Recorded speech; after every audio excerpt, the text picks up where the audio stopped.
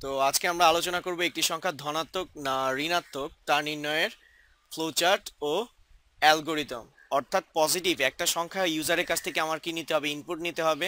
নেওয়ার পর আমাকে এটা চেক করে দেখতে হবে সেটা পজিটিভ না নেগেটিভ। ঠিক আছে, তো সবার প্রথমে ফ্লোচার্টের জন্য কি করতে হবে, স্টার্ট করতে হবে। একটা ফ্লোচার্ট আমরা স্টার্ট করলাম। দেন কয়টা সংখ্যার কথা বলা হয়েছে এখানে?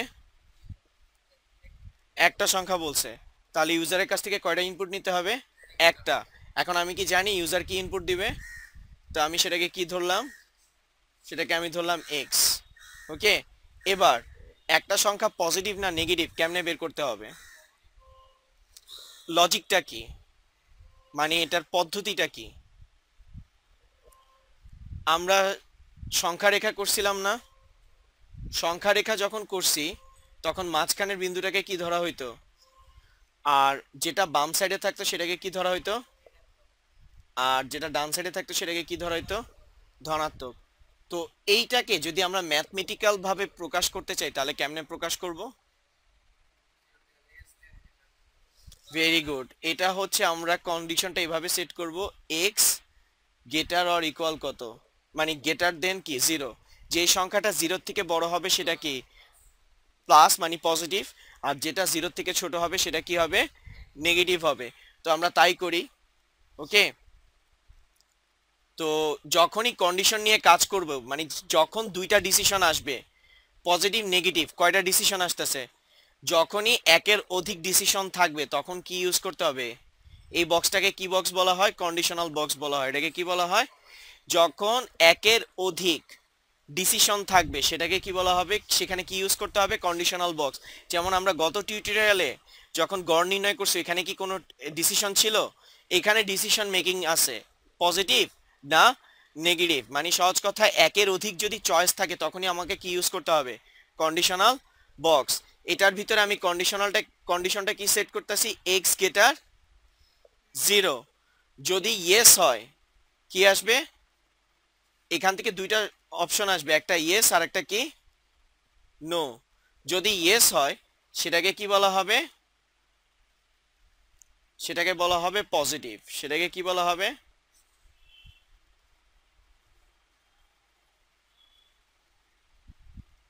পজিটিভ। আর যদি নো হয় সেটাকে কি বলা হবে,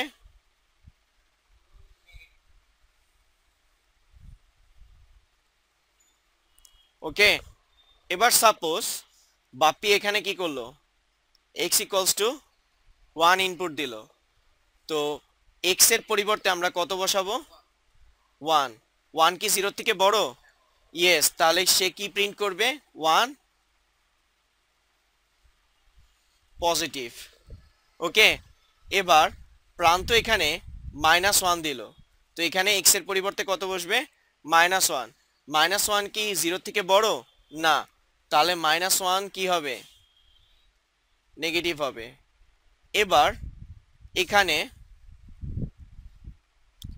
ফাহিম কি করলো, জিরো ইনপুট দিল, এক্স এর জায়গায় কত ইনপুট দিল, জিরো ইনপুট দিল। জিরো কি জিরোর থেকে বড়? বড় কি বড় না? না, তাহলে জিরো কি চলে আসবে, জিরোর জায়গায় কি চলে আসবে, নেগেটিভ চলে আসবে না? তাহলে জিরো কি কখনো নেগেটিভ হয়? তাহলে আমাদেরকে কন্ডিশনটা এমন ভাবে করতে হবে, জিরোটা যদি প্রেস করে, জিরোটা কিসের মধ্যে জায়গা, জিরোটা পজিটিভের ভিতরে যায়। তাহলে আমরা জাস্ট একটা কাজ করতে পারি, গ্রেটার অর ইকুয়াল। তাহলে জিরো কি জিরোর থেকে বড়? না, কিন্তু জিরো কি জিরোর সমান? হ্যাঁ, তাহলে সেই জিরোকে এরপরে আর কি দিবে না, নেগেটিভ দিবে না, জিরোকে কি দিবে, পজিটিভ। ঠিক আছে, তার মানে কন্ডিশনটা আমাদেরকে এইভাবে করে চেক করতে হবে। আর আমি যে এখানে জিরো এক্স এগুলা লিখছি যে টেস্ট করে দেখছি, এটা টেস্ট করতে হবে না।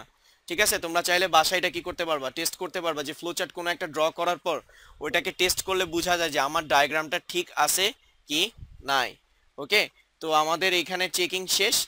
এবার আর আরেকটা জিনিস তোমাদেরকে বলে রাখি, ফ্লো চার্টে যখন ডিসিশন থাকবে মানে কন্ডিশন থাকবে সেখানে আলাদাভাবে এন্ড লেখার কোনো দরকার নাই।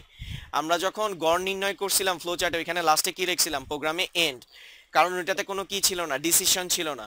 বাট এটাতে কি আছে, ডিসিশন আছে, ডিসিশন থাকলে প্রোগ্রামে কখনো কি লিখতে হয় না, এন্ড লিখতে হয় না, কারণ ডিসিশন শেষ হওয়ার সাথে সাথে প্রোগ্রাম কি হয়ে যাবে, শেষ হয়ে যাবে।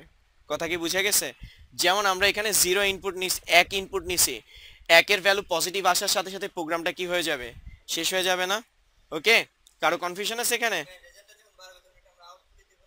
হ্যাঁ, এই যে এটাই তো আউটপুট। ইনপুটের ডাইরেকশন একদিকে, আউটপুটটাকে আমরা কি করছি, আর একদিকে লিখছি না? তাহলে এবার আমরা কি লিখবো, অ্যালগোরিদম। ঠিক আছে, অ্যালগোরিদম। তো সবার প্রথমে 1 নম্বরে কি আছে, স্টার্ট করি। অ্যালগোরিদম কাকে বলে? ফ্লো চার্টের ডেসক্রিপশনকে কি বলা হয়, অ্যালগোরিদম।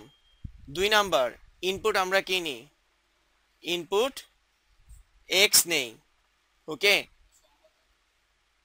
3 নাম্বার, কি করছি আমরা, এক্স গ্রেটার অর ইকুয়াল 0 করি। এখন এখান থেকে কয়টা শাখা আসছে, একটা ইয়েস আর একটা no.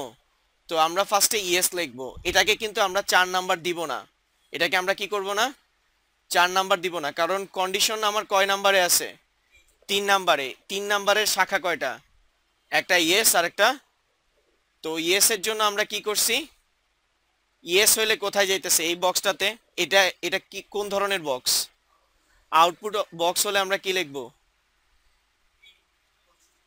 Print positive, very good. আর যদি নো হয়, প্রিন্ট আমরা কি দিব,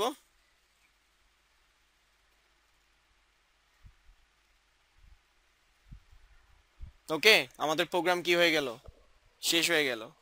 ওকে, কারো কনফিউশন আছে এটাতে? আজকের মতো এতটুকুই।